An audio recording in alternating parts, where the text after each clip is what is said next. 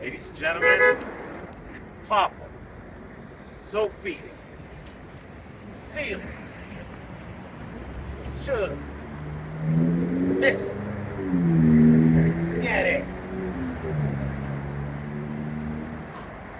Call up that. Only in Christmas.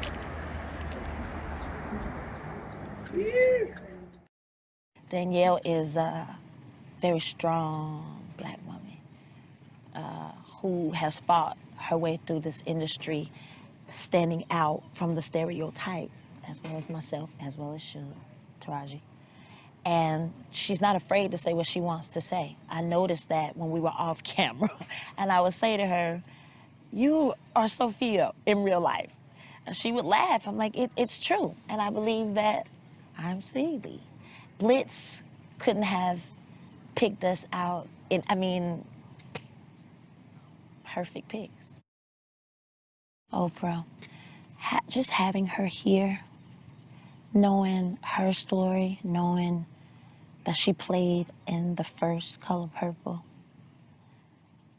having her here makes us really be on our P's and Q's because we want to fulfill the vision that she sees for Color Purple, the musical. We don't want to disappoint everything that she put in. She told us her story, how she got the role, what it meant to her. And because of that, we're bringing our A game to make her happy. She is a woman of color who has paved the way for us all, who has shown us that you can do whatever you want to do as long as you put your mind to it.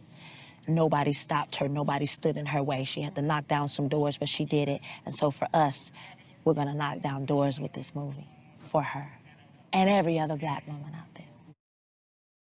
The singing, the dancing, the costumes, tweaking the story here and there.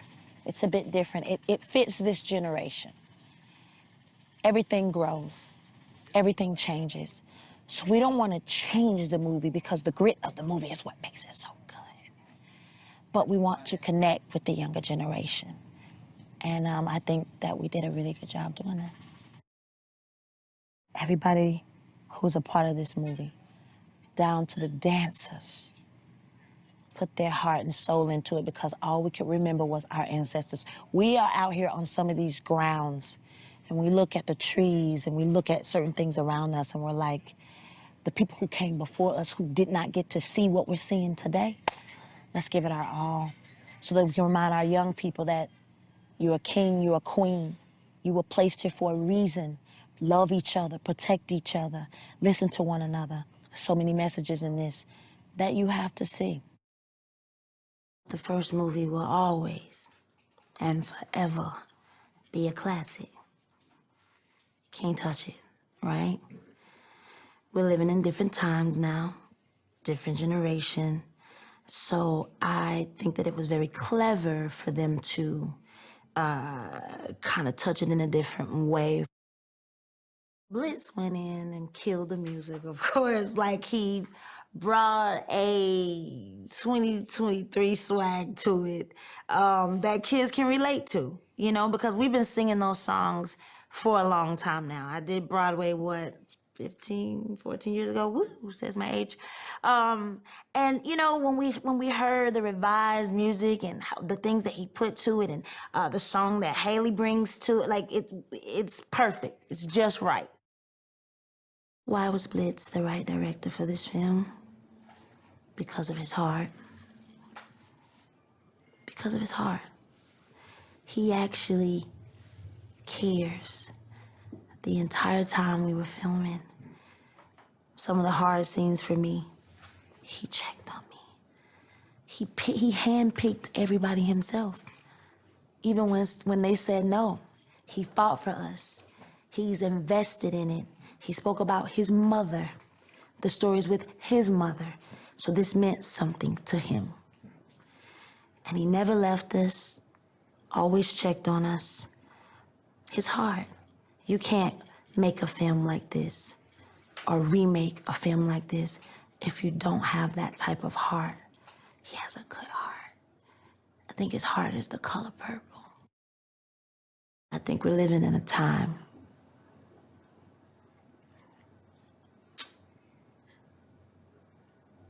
where we need healing, healing messages, healing music, healing sermons. Like, we need healing. And I believe that through this movie, families will be healed. The reason why I decided to come aboard for this amazing new adaptation of The Color Purple was really because this movie has meant so much to me and my family for so long.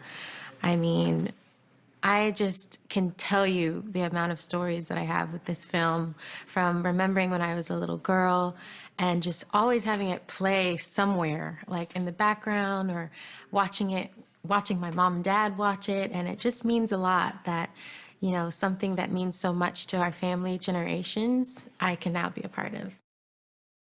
Nettie is an amazing character. She is a fiery spirit. She is so filled with joy and just wants to live.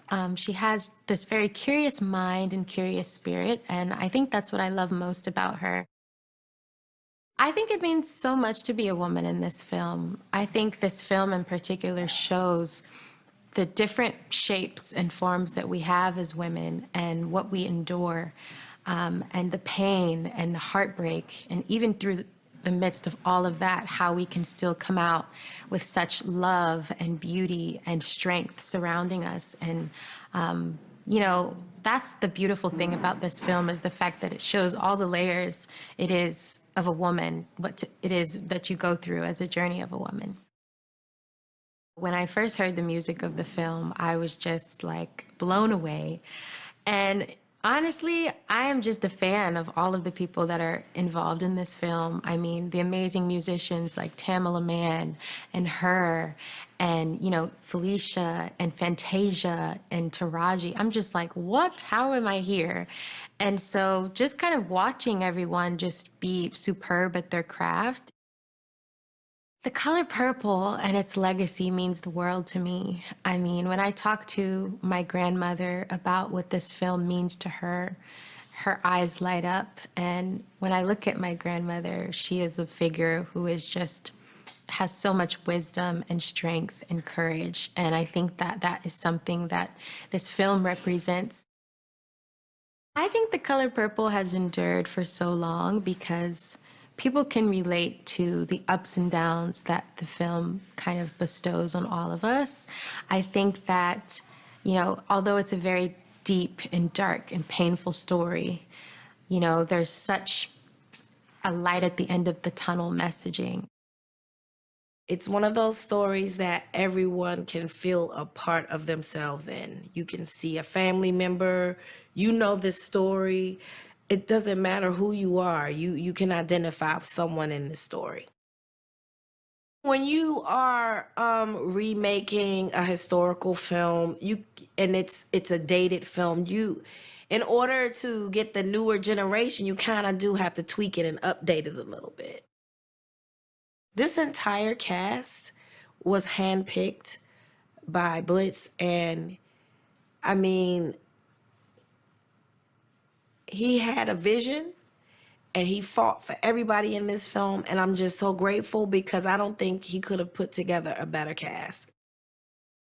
What I love about Blitz, and when he first approached me about this story, he was like, it's a great marriage of the book, the original film, and the stage play.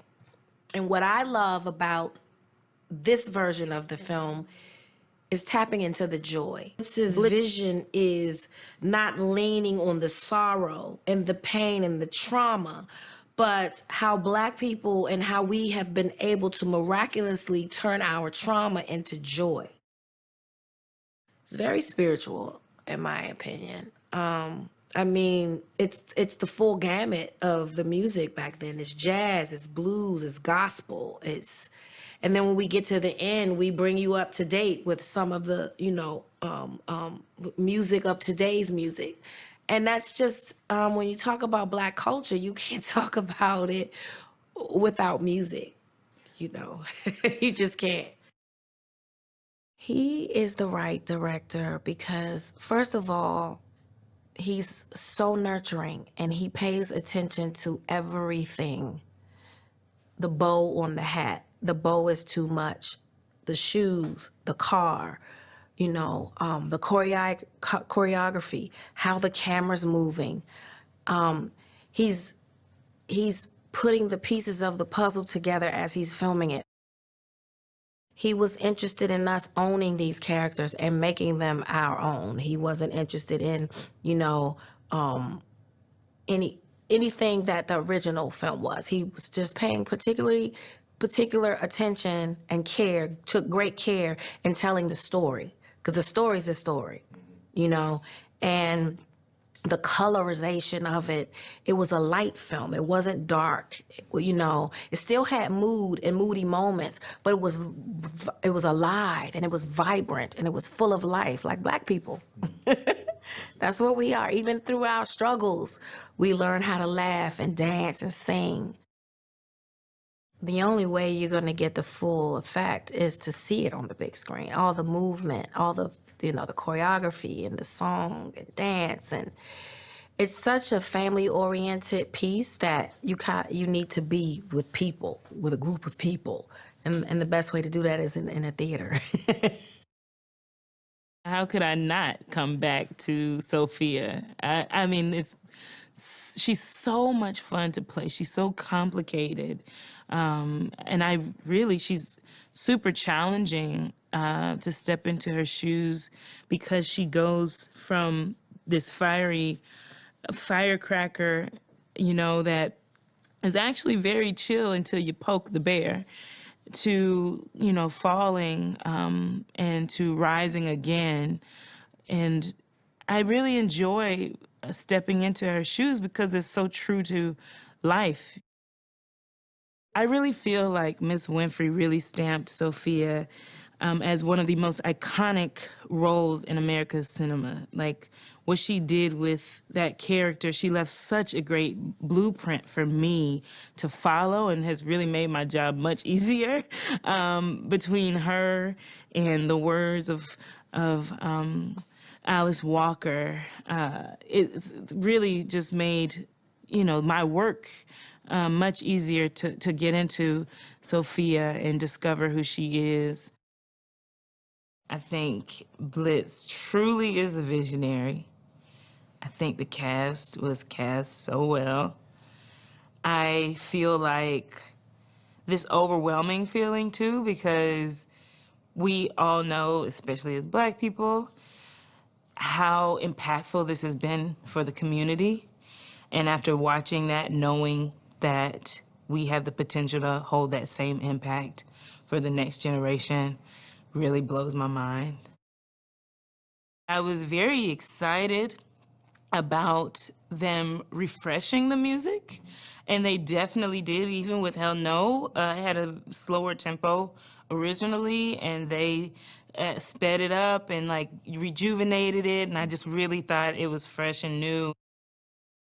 The color purple is still relevant because we are still dealing with a lot of these things, such as race discrimination or abuse as women, or even just self-abuse and not loving ourselves. And we as people will always be learning how to cope, how to love, how to forgive, you know. So with that in mind, this movie will always be relevant. And the thing that I love is that it keeps the story of Black women alive, not forgetting where we come from and how far we have to go, but how far we've already come. And that's really cool. So I definitely feel like this is a film that will never die, and I don't think we'll let it die. For Fantasia, this is her first, you know, big film, and she's leading the cast. And I have been on shows where you either don't feel supported because something might be new to you and people feel like, well, how did you get in this position? But like, no, she's deserving of this moment. And I think she did an incredible job. And I think that's what sisterhood is about, as we see in the movie. It's like helping one another to be our best and to realize our potential and to realize that we can do and be whatever we want to be. And so I think we lived by that on set and off set. This movie is about healing, it's about forgiveness, it's about love. It's about picking yourself back up, no matter how strong or weak you might feel, that you can always get back up again. Bliss is a visionary. I feel like God just knew that he was the one to do this. When I watched that film, I felt like he hit every micro detail. He didn't miss a beat. I've never seen myself lit that way. I just felt like he cared so much about every little detail. And he also gave us and me, I felt specifically me, this room to just trust my instincts. And he didn't let us hold anything back. So I'm very grateful to Blitz for seeing me, for allowing me to play this part, for his demeanor on set. I was so in awe of how he handled people with grace. I don't know if I can look at the camera. Y'all better go see this movie. It's so good. I mean, if you're into film, go see this movie. If you have not been to a theater in years because of the pandemic, this is the one to see. This is the one to see with your family, your aunts, your sororities, your fraternities. This is the movie to see with your grandma, with your 12-year-old daughter, because this is us as Black people. Specifically, this embodies all of who we are, the good, bad, ugly, in between. So please go see this film. I decided to actually be a part of this film because of the legacy of this film, of this story, of the book, the legacy of Oprah Winfrey, of Quincy Jones, of Steven Spielberg. And I think that they were gathering a team of artists led by Blitz to tell the story about not only this family, I'll just say in this community, but of the story of Black people in America. Everything is speaking to each other. You know, the music is speaking to the dance, and the dance is speaking to the text.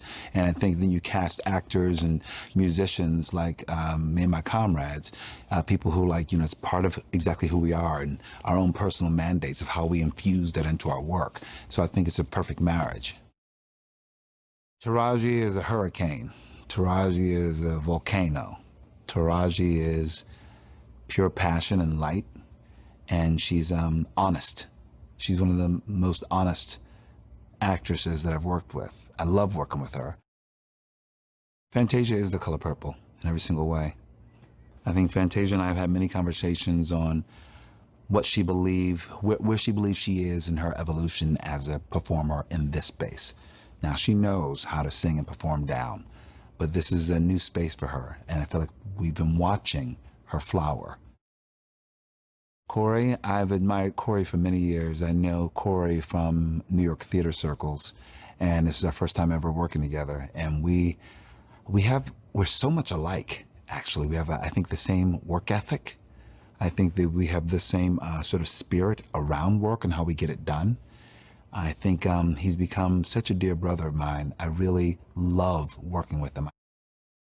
Blitz is truly a visionary. He is a visual artist in every single way. I think what I love is having conversations with Blitz and finding out what's in his brain. What I love is that, if there's an organic, beautiful moment happening, he's very aware to capture it as well. So he's always watching. That's what I love. That's what I've been appreciating about him as well. He'll watch what you bring. He doesn't ham-fist you into something that he already had in his head. He knows the world, and he's trusting his actors to say, fill it, bring all that you have, and then we'll play with it like clay. Oprah said it to us actually on on the day that we did our read-through how this is a gift, and we have to acknowledge it as a gift because we change lives with this gift. And you really hope to do that with every project you work on. Some are a bit more special than others. This feels like one of those very special ones that I know that many generations will view, and they will see who we are, and the stories we're trying to tell about our families, their triumphs, their tragedies, their losses, their joys, the way we dance, the way we move, the way we love, the way we fight to love each other.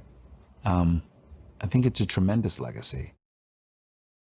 It has endured because it's such a complicated, tragic, yet hopeful story of how we can persevere. I think that's why that story is so important. It's like, yeah, African Americans in America have not been treated well. We've not been treated well by this country. We've not been treated well sometimes by each other. But through all that adversity, we will always survive. We will always create. We will always innovate. We are the most innovative people in the world. The idea that we're still here through everything that we have gone through and everything that we do go through, and we can still dance, we can still sing, we can still love and have families. It's extraordinary. So that's a tale, and that's a tale not only for African Americans, but for everyone. I first got the call for Color Purple maybe about 6 months, a few months before we started production. I've been working with Scott Sanders and Mara Jacobs on In the Heights, and John Chu was directing that. And I've been bugging them forever because I knew they were doing The Color Purple. And I was like, how in the world can I get on this movie? I really want to play a Harpo. The dances in this film just make this film. They are incredible.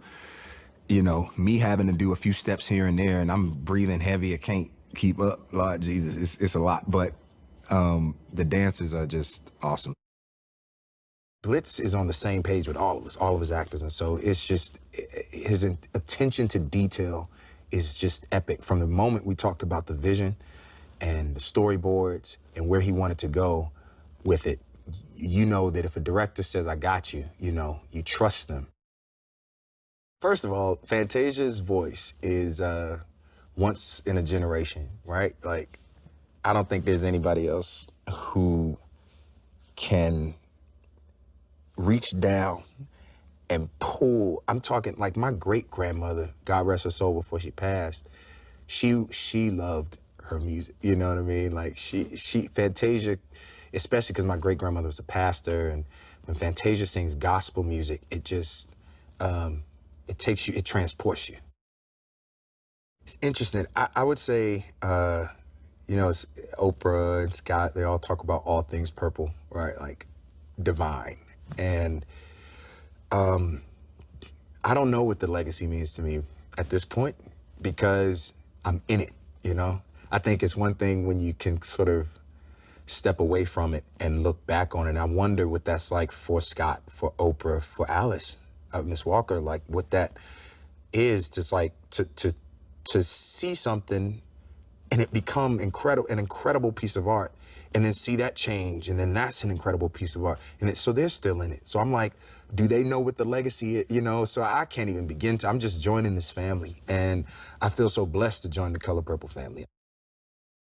The audience has to bring all of their experiences to the film. I'm different, you're different. I don't care if we look alike or we don't look alike. When you come and sit in that theater, I can't tell you what to expect. All you're doing is you get to peek behind the curtain and see what it is that we're about, and what this very specific time period and these very specific people, you get to see what that is. And that's all you can ask, you know? And if they come back and talk about it, then it's a job well done. But I have a suspicion we've been talking about Color Purple this long. I think we'll be talking about it for years to come. I think when you're cast in a movie like this one, and it's a musical, and it's produced by Steven Spielberg and Quincy Jones and Oprah, you don't say no.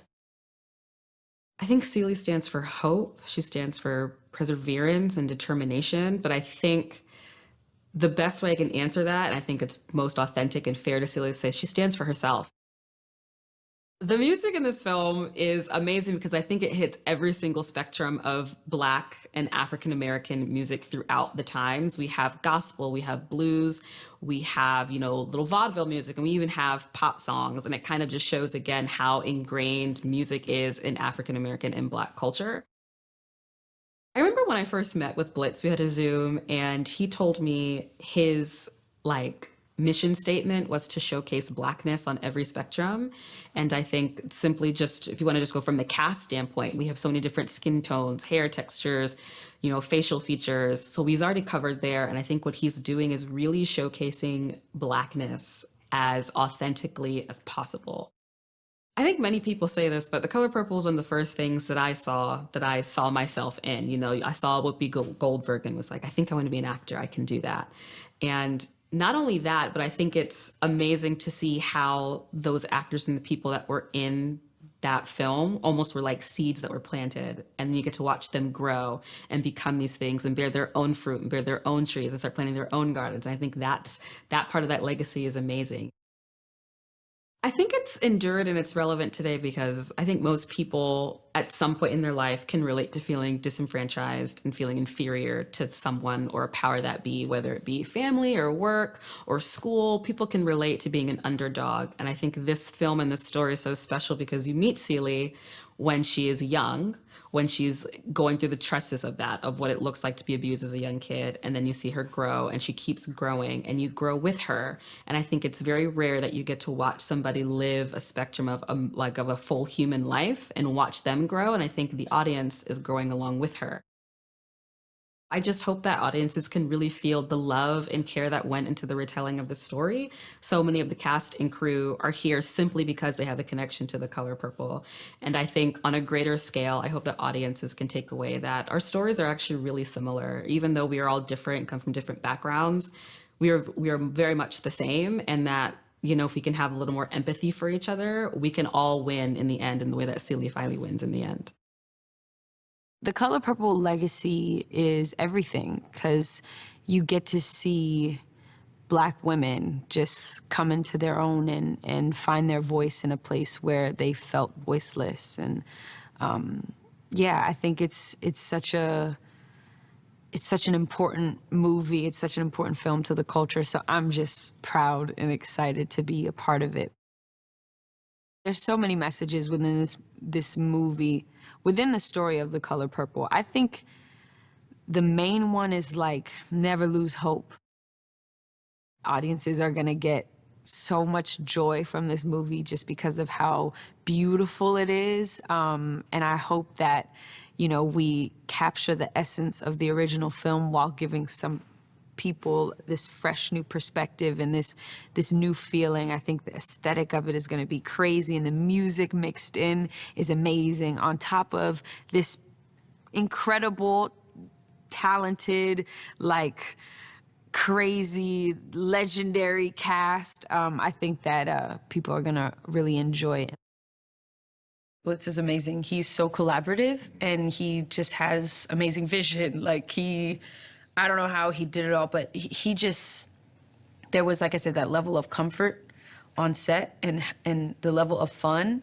And of course the challenge was there, but he really told us, he was very intentional about making it our own and really embodying the characters the way we would. Not saying, okay, Oprah made this choice or, Ray Don Chong made this choice, so do that. It's more like, how do you embody the character and who they are and not necessarily who they were? And that was really, really cool. And I think we really did that because of that advice. It's a new Color Purple. And it's great. He killed it. You just gotta experience it. I can't really put it into words. Like I said, I was speechless when I saw it, but it's just so beautiful and it's so new. I think everybody, the cast really cemented these new characters. I'm so happy, my younger sister, this will be how she's introduced to The Color Purple, It's just a whole new reimagined version, but you're getting the story just in a fresh way.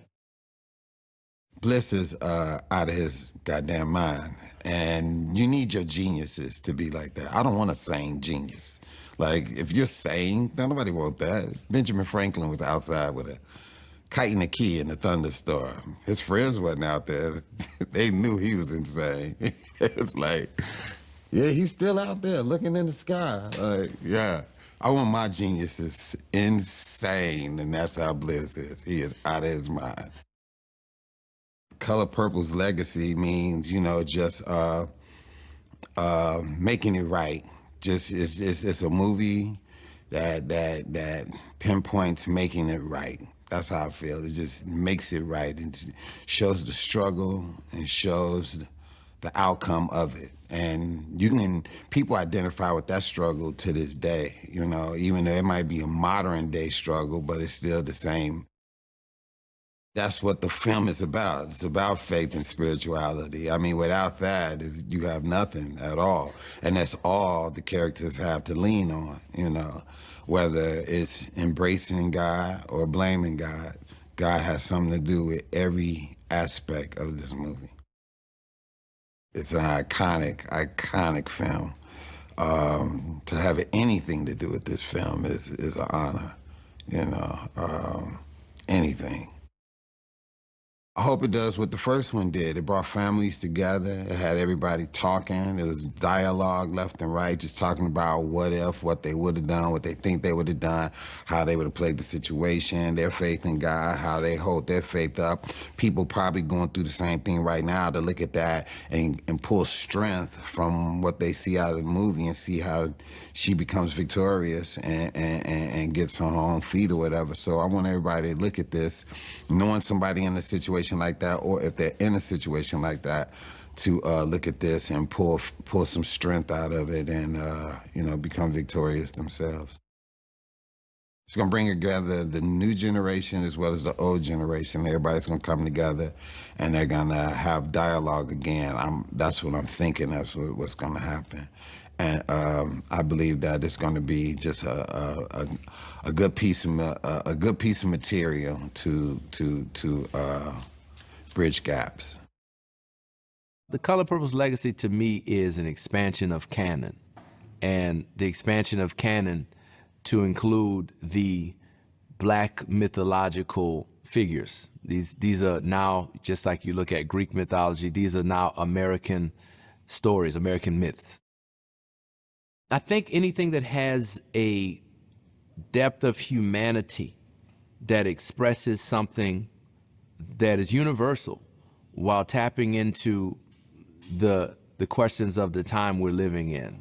So it is current at the same time as it's universal. At the time The Color Purple came out, there was a question that we're still grappling with of Black identity and understanding how we can really affirm our humanity when there's so many things that, particularly where you talk about Jim Crow, you talk about the Civil Rights Movement, all these things that are trying to strip it away, marginalizing those voices. And our voices really needed stories that connected to our humanity, not just the struggle. And in particular, Black women. You know, it's incredible to have a story like this. And I think that's what makes it universal, because the struggle of affirming your humanity is something that all of us across time and generations have experienced. Different cultures in different forms have had to fight for the humanity to be affirmed. So a story like this came at a timely moment and is a universal struggle. There's a lot of messages. It's an intersection of a lot of different things. It's lineage and the power of lineage, the power of how generational curses or things from generations past affect the way that everyone's life unfolds, and how you can break those chains, or how you can create, you can perpetuate them. It's a story of female empowerment. It's a story of true friendship. There's many great messages. It's a human story, and that's what makes it ultimately great and enduring, is that it was just so well done. I got a phone call. It said they were remaking The Color Purple, and you know, of course, when you hear that, you go, that can't be me. You know, I mean, the bar is so high on the original. It's a Steven Spielberg. It's a Pulitzer Prize-winning book. It's Alice Walker. It's a Tony Award-winning Broadway show, right? So you quickly go, you know, there are other hills, you know, and I eventually read the script, and I was like, something here. There's something I can do here, and there's an opportunity to create something new and create something that is mine. And so one meeting led to the next, and you know, put together a great pitch that really showed that we had a vision, and there was a path to making something that was truly unique. The Color Purple follows the journey of Celie, an African-American woman growing up in the rural South in the early 1900s. She is forced to marry a man, Mr., who's abusive, who ends up separating her from her sister, and begins a cycle of trauma. Along her way, Celie meets two extraordinary women who transform her, Shug, Avery, and Sofia, and they kind of inspire her to become this person who then attracts the things that she wants. I knew that our film will have to be an amalgam of all these iterations, right? Of course, beginning with The Holy Grail, which is Alice Walker's brilliant Pulitzer Prize-winning book. That, for me, was the Bible. We'll always be able, whenever we were lost, we knew that we could go to Alice Walker and we will find our way. Steven's film gave us kind of the cinematic version, and the Broadway show gave us the musical. But somewhere in between all of this, we had to find what would be our glue. And that was what was going to be on us. And also we knew that we were bringing an imaginative quality that only our version has. And so that imaginative quality became almost the glue that held all the parts together. But it needed to be grounded, you know? As far as I believe, anything that is imaginative or what people will call magical realist, the realism part is the critical part, because you can easily get off course and go off the reservation trying to be abstract, right? And so grounding the film in Alice's brilliant arc then made sure that anywhere we went, we could always return to the arc. And that's really, I think, what gave us our wings. This is a brilliant ensemble. You know, I'm one of the luckiest directors in the world to have the level of skill and talent, and also rich depth. Like, everybody brought a wealth. You know, my job as a director is to allow space. It's to create space for these artists to be artists. I take no responsibility and no credit for what they do. My job is just to create the environment and make it real and push them into that corner and allow them to be that, you know, and people like Danielle, that's all they need. You don't have to say much. You show them the world, you tell them you believe in them, you tell them you trust that they'll find it, and they always do. I never look at any people as a monolith. You know, no one's just sad. No one's just happy. We oscillate between joy and pain. That's what life is. So I find it quite unrealistic and quite one-dimensional that any story could be sob. And certainly the story of African Americans in this country is one that has constantly oscillated. If you think about the brutality that has been survived for hundreds of years, joy is critical to survival. And there's always been joy, even with, you know, in the worst circumstances. So I say that to say, for me, it was easy. It wasn't even a thought. I was like, we're just gonna keep bouncing back and forth.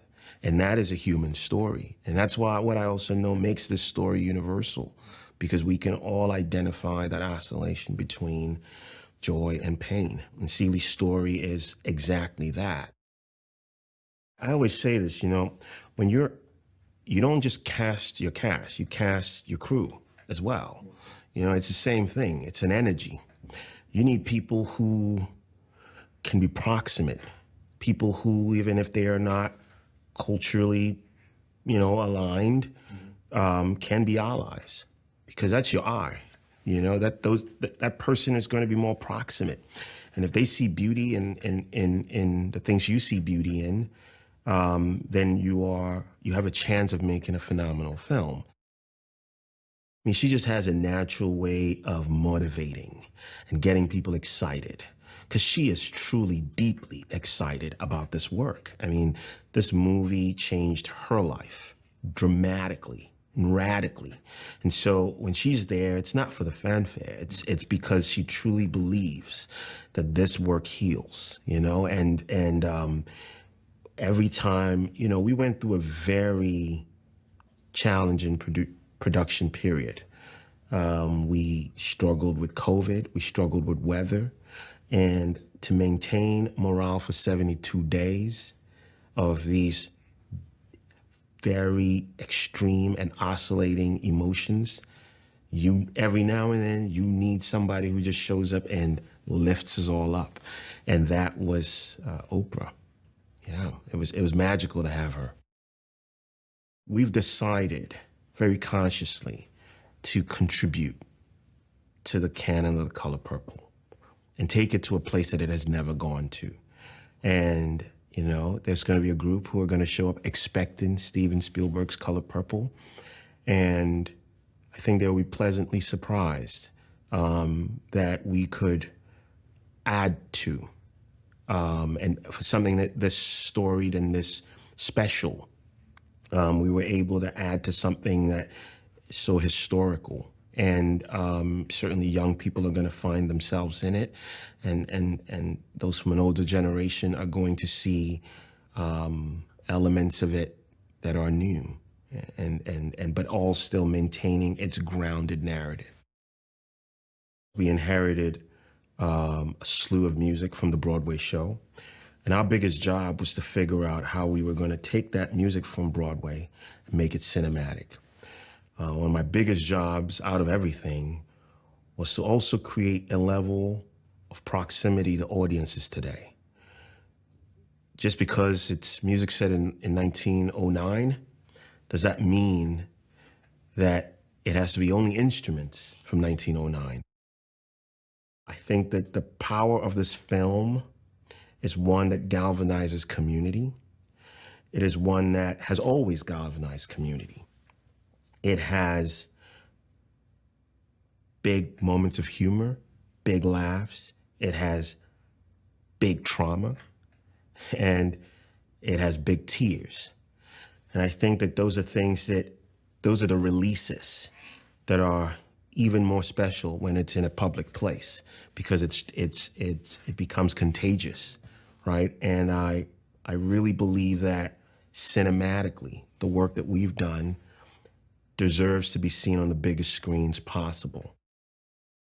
I've said many times, it's not your mama's Color Purple, but your mama gonna love it. She's gonna love it, because I think we all, certainly I am, have a great sense of loyalty to the original Color Purple. That changed my life more than anything, any other experience of my life. The Color Purple changed my life in a myriad of ways that I won't go into here. But my affection and appreciation for that version remains. But this is a magically realized inside Celie's imagination, inside Celie's thoughts. We interviewed a number of people for the possibility of directing this film, and it was a slam dunk, 100%. Everybody in the room said, that's the guy, when Blitz made his first presentation. And his first presentation was storyboarded with these ideas of magical realism. His vision for what this movie could be comes alive in a way that I think will excite and stimulate and delight the audience. The essence of the message of this film continues to be the essence of the message of the book, and the essence of the Broadway musical, and the essence of the original film. And that is, God get pissed if you don't notice the color purple. And that is the root of gratitude, spiritual acknowledgement that there is something bigger than yourself. Well, we have such an incredible ensemble cast. I mean, this cast is fire, okay? From Colman Domingo to Corey Hawkins to Taraji, obviously Fantasia in the starring role. The root message for me is that love heals. First and foremost, forgiveness heals. Forgiveness beginning with yourself, and then being able to extend that to other people, and the healing takes place. The great thing about this film is, like, when you go to a good church service and the choir is singing and everybody's on key and you stood up and you were singing and you filled with the Holy Spirit, and you come out of that service and you feel full. You just feel full. You feel like, I got enough to carry me through the rest of the week till I can get back and get some more. That's what the color purple is going to do for people. It's going to fill you up and carry you to the next week when you go back and get some more and see it again. So the color purple holds a solid base of spiritual and emotional power for me, and in just every way. So to be, it's absolutely a full circle moment for me, who wanted more than anything in the world in 1985 to be a part of this film, not knowing one human being in the film industry, and having this role come to me, and now being able to full circle put it back out into the world in the form of a musical. Nothing means more to me. The story endures because for every woman and man who has suffered, who has been invisible, who has felt unseen and unvalued, this is their story of coming into yourself, coming into your own, having that glorious self-discovery reflected to you through the image of someone else. I remember when I read Alice's novel years ago, and I found myself so moved by Celie's journey in particular. I found this protagonist one of the most remarkable women / people that I had ever read about, fiction or otherwise. And I found this classic triumph over adversity story in many ways moving, inspiring, sad, joyful, all of the above. But I found Celie's ability to put one foot in front of the other day after day after day and move forward, notwithstanding her obstacles and the things that were challenging her in her life. And not only to be loving to other people, Sofia, Shug, Harpo, but also then towards the end of the story to find her own self-love and to feel like a fully realized person, that she can be independent, she can be whoever she wants to be, and that her trauma doesn't necessarily have to affect her full life. I feel that when someone sings, there's an emotion, a heightened emotion that happens, and you can really get to the core of some very intimate feelings when you sing. And of course, Stephen and Quincy's movie had music in it. I mean, there's a lot of great, beautiful music composed by Quincy and his team for that film, but a full-on book musical, if you will, that the stage musical was, really gave us an opportunity to sing more. And I feel like this is such an emotional story, such a heartfelt story, such a spiritual story, that it would be ripe for adapting it in a musical form. This Color Purple film is really a combination of a lot of different elements stemming from Alice Walker's novel. So the source material, if you will, for this movie is Alice's novel, the stage musical, some Easter eggs from Steven Spielberg's movie, and an entire new vocabulary of magical realism.